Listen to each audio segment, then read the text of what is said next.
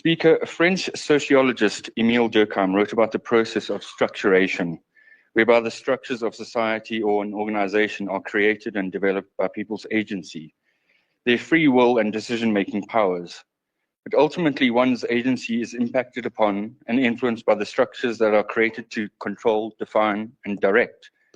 This process of the structures influencing agentic powers and simultaneously people's agency defining and redefining the structures of society and organizations is called structuration. In the city of Johannesburg, we struggle with both.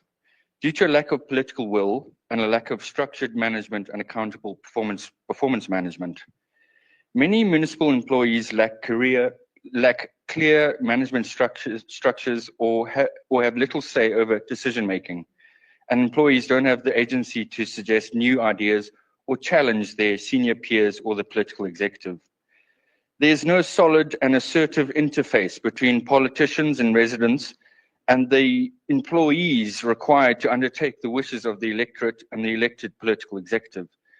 The most senior mediator, negotiator, stakeholder mapper, and decision maker is seemingly missing from the city's administration. Plans and programs are forced onto departments, directorates, and entities without planning around how to fund and support these interventions and initiatives. Unfortunately, many employees do not have clearly defined scorecards and individually measured clear key performance areas or accountability mechanisms.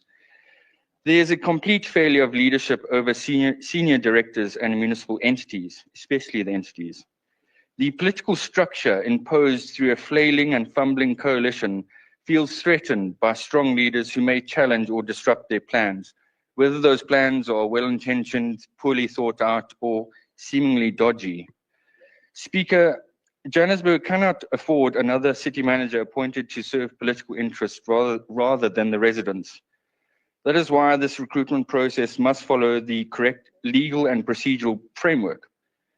We must remind the residents and the media that the South Gauteng High Court ruled that the appointment of the last city manager was declared unconstitutional, unlawful, and invalid and was set aside. And the court also ruled that Section 59 of the Municipal Systems Act was breached in this unlawful appointment. Speaker, the famous lawyer representing the city in this regard admitted that it was justified that the DA should be awarded costs if the case to rescind the previous decisions was won. Well, the DA, the party of good governance, fought for accountability and won and was awarded costs of the case. Speaker, Johannesburg needs a city manager with the skills, experience, and independence to restore good governance. The new CM, as we colloquially may call him or her, should strictly adhere to and be hired based on the limitations of the Municipal Systems Act, which defines the powers, functions, and the required expertise for the role. Additionally, this Municipal Structures Act, which also plays a significant role by guiding the new city manager's role within the broader municipal governance framework. What the city needs is a city manager that regularly receives local awards from the government, from the province, pertaining to good governance, like the town manager and DA run Midvaal, or a city manager that is the recipient of numerous international awards pertaining to performance management and fiscal responsibility, like the DA run Cape Town's city manager.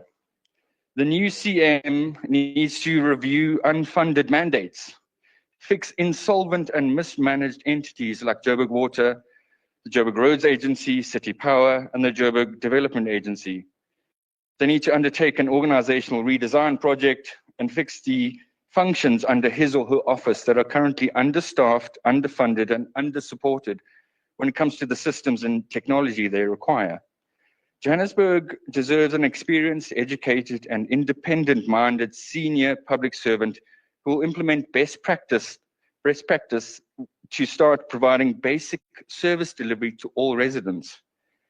We do support the commencement of this recruitment and hiring process, but we demand that it is conducted fairly, transparently, and in line with the highest governance standards as we see in DA-led towns and cities across the country. Thank you, Leader.